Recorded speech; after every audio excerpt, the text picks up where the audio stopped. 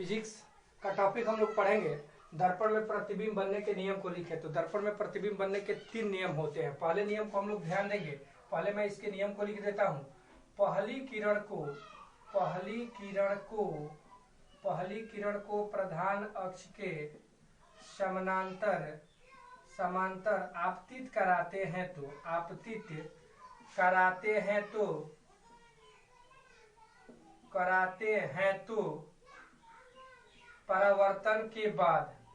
परावर्तन के बाद वह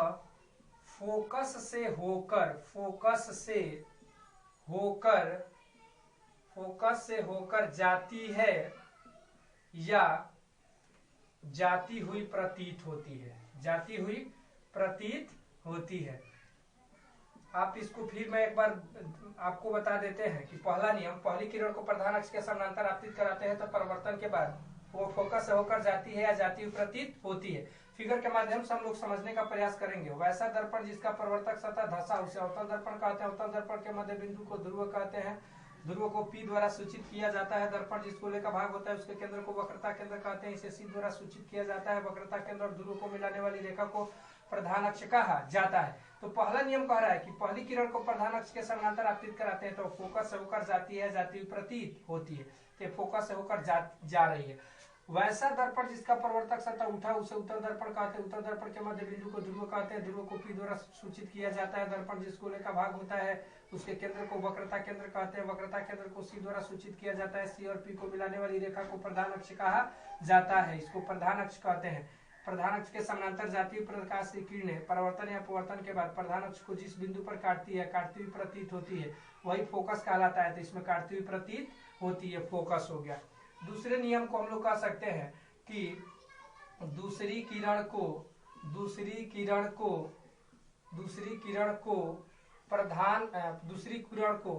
फोकस से होकर गुजारते हैं तो परावर्तन के बाद वह प्रधान अक्ष के समांतर चली जाती है। फिगर की अगर बात करें तो आप समझने का प्रयास करेंगे। इसका उल्टा अपोजिट हो जाएगा, केवल तीर बदल देंगे फिगर हो जाएगा। तो चलिए, ये इस दर्पण को आप कौन सा दर्पण कहेंगे? उत्तल दर्पण कहेंगे। ये वक्रता केंद्र C, ये ध्रुव P और C और P को मिलाने वाली रेखा को प्रधान अक्ष कहते हैं। एक और है कि किरण को अगर फोकस से होकर गुजारते हैं तो ये कहां से होकर चली जाती है? प्रधान अक्ष के समानांतर चली जाती है। और ये वैसा दर्पण जिसका प्रवर्तक सतह उठा उसे अवतल दर्पण कहते हैं। ये अवतल दर्पण है ना। और ये केंद्र C, यहाँ पे क्या हो जाएगा? P, ये आपको प्रधान अक्ष हो जाएगा। यहाँ से क्या करते हैं? ये अगर गुजारते हुए इसको हम प्रतीत कराते हैं कि यहाँ से गुजारते हुए प्रतीत होती है, यहाँ से फोकस से। तो कहाँ से परावर्तन के बाद चली जाएगी? प्रधान अक्ष के समानांतर चली जाती है। इन बातों को आप ध्यान रखेंगे, फिगर को भी बनाते चलेंगे। तीसरा जो नियम है इसका कि तीसरी किरण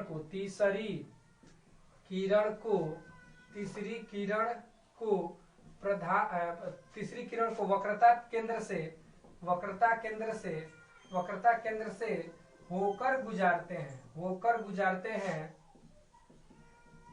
होकर आपतित कराते हैं। अच्छा वर्ड होगा, आपतित कराते हैं तो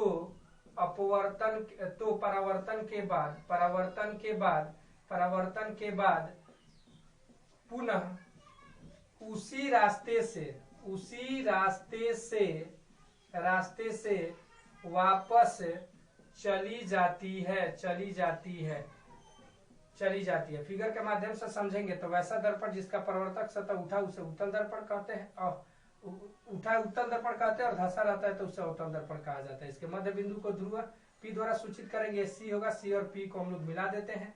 और अगर यहाँ से हम लोग गुजारते हैं तो किरण पुनः इसी रास्ते से वापस चली जाती है। उसी तरह से यहाँ पे हम ध्यान देंगे, इस दर्पण को कौन सा दर्पण हम लोग कहेंगे? तो उत्तल दर्पण कहेंगे।